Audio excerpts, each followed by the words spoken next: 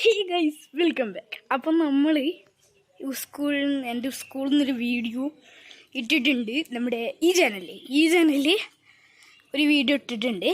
അപ്പോൾ അതിൽ കാണാത്തവരാണ് പോയി കാണുക.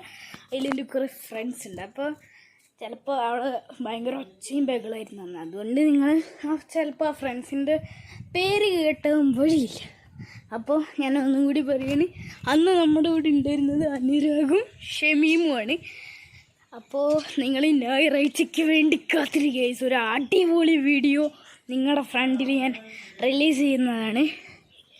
യെസ് ഗൈസ്, മൈ ബർത്ത്ഡേ സെലിബ്രേഷനാണ് ഗൈസ് നിങ്ങളുടെ മുന്നിൽ ഞാൻ ഇൻട്രൊഡ്യൂസ് ചെയ്യാൻ പോകുന്നത് ഞായറാഴ്ചത്തെ വീഡിയോയിൽ. അപ്പോൾ എന്തായാലും നമ്മുടെ ഞായറാഴ്ച നമ്മുടെ സ്വന്തം ആദ്യത്തെ ബർത്ത്ഡേ ഗൈസ്. യെസ്, അപ്പോൾ ഞാനിങ്ങനെ ഇരിക്കും. ശരിക്കും ഇന്നാണ് എൻ്റെ ബർത്ത്ഡേ ഗൈസ്. യെസ്, അപ്പോൾ എൻ്റെ ഞായറാഴ്ച സെലിബ്രേറ്റ് ചെയ്യണമെന്ന് ചോദിച്ചു കഴിഞ്ഞാൽ അതാകുമ്പോൾ എല്ലാവർക്കും വരാൻ പറ്റുമല്ലോ. എങ്ങനെയുണ്ട് ഗൈസിൻ്റെ ഐഡിയ? ഇന്നാണ് ശരിക്കും എൻ്റെ ബർത്ത്ഡേ. അപ്പോൾ ശനിയാഴ്ച വൈകുന്നേരം ഏട്ടനെത്തും. ഞായറാഴ്ച എൻ്റെ ഒരു കൂട്ടുകാരൻ വരും, ഋത്തിക് എന്നാണ് പേര്. അപ്പോൾ അവനെ കൂടി ഞാൻ വീഡിയോയിൽ ഇൻട്രൊഡ്യൂസ് ചെയ്യുന്നതായിരിക്കും. നിങ്ങളെൻ്റെ ഏട്ടനെ കണ്ടിട്ടുണ്ടാവുമല്ലോ. നമ്മുടെ ഒരു ചെറിയൊരു ഗെയിമിങ് വീഡിയോയിലുണ്ടായിരുന്നു ഏട്ടൻ. അപ്പോൾ ബർത്ത്ഡേ സെലിബ്രേഷനിൽ നിങ്ങൾക്കൊന്നും കൂടി ക്ലിയർ ആയിട്ടൊരു വ്ളോഗിൽ എൻ്റെ ഏട്ടനെ കാണാം. പിന്നെ എൻ്റെ ഫ്രണ്ടിനെ കാണാം. ഫ്രണ്ടിന് ഏട്ടനെ കാണാം, ഏട്ടന് ഫ്രണ്ടിനെ കാണാം, എനിക്ക് രണ്ടുപേരെയും കാണാം.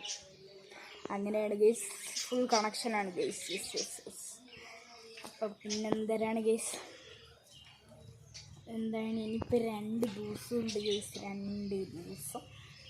ഇന്ന് ബുധനാണെങ്കിൽ നാളെ വ്യാഴം, വെള്ളി, ശനി,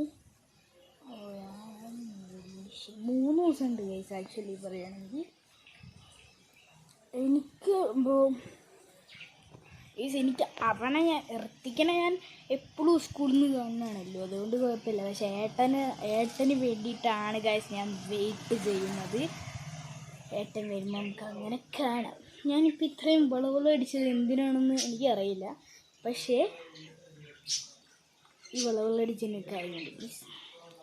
നമ്മൾ ഇടയ്ക്കൊന്നുമല്ല പറയാൻ വന്നത്, ഇന്നൊരു വീഡിയോ റിലീസ് ചെയ്തിട്ടുണ്ടായിരുന്നു. അതായത് ചെറിയൊരു സംഭവം, ഒരു ഐക്കോണിക് ഒരു സംഭവം, ഒരു വീഡിയോ.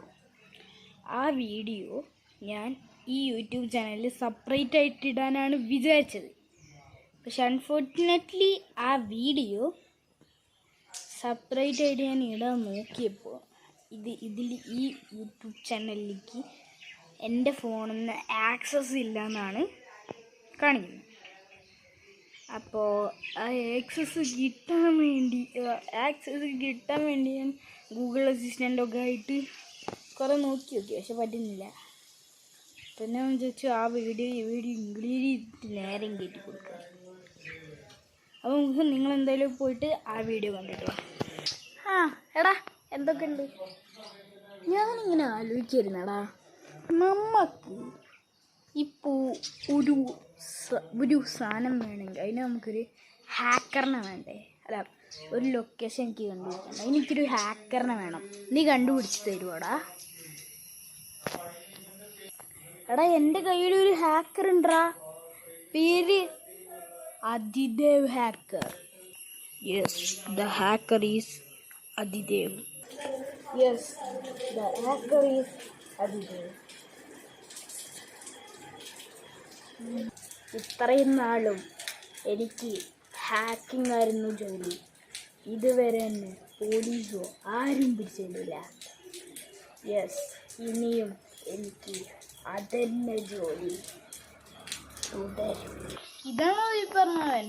എന്തായാലും പ്രൊഫഷണൽ ഹാക്കറിൻ്റെ ലുക്കൊക്കെ ഉണ്ടായാലും എൻ്റെ ലാപ്ടോപ്പ് സാധനമൊക്കെ എനിക്ക് ഹാക്ക് ചെയ്യാൻ പറ. അവിടെയാണ് നിങ്ങൾക്ക് തെറ്റിയത്. എനിക്ക് ഹാക്ക് ചെയ്യാൻ ലാപ്ടോപ്പോ ഫോണോ ഒന്നും വേണ്ട. This is my hacking device. ഇതിലാണ് എൻ്റെ ഹാക്കിംഗ്. ഞാനിപ്പോൾ അത് നിങ്ങളുടെ ലൊക്കേഷൻ വിളിച്ചുതരാം. ഇതല്ലേ നിങ്ങളുടെ ലൊക്കേഷൻ. എങ്ങനെ ഉണ്ടോ നമ്മുടെ പയ്യൻ? അളിയോ അടിപൊളി കിട്ട്. കണ്ണടിയിൽ ഹാക്കിങ്ങാ. ഏതാടെ അതാണ് ഞാൻ പറഞ്ഞത്.